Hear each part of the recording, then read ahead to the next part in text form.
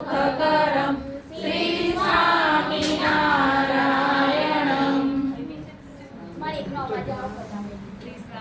ગામધણી ઝાલાબા દરબારના સુલતાનસિંહ હતા. એમકા બીજું નામ એમનું મનુબા હતું. મનુબાના દીકરી મોગીબા.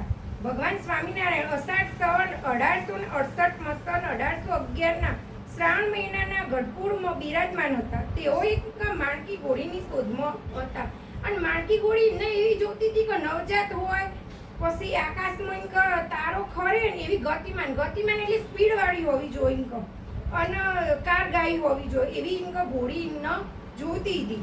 એમને પૂછ્યું તો એમને ના પાડી વસેડી આપવાની નથી.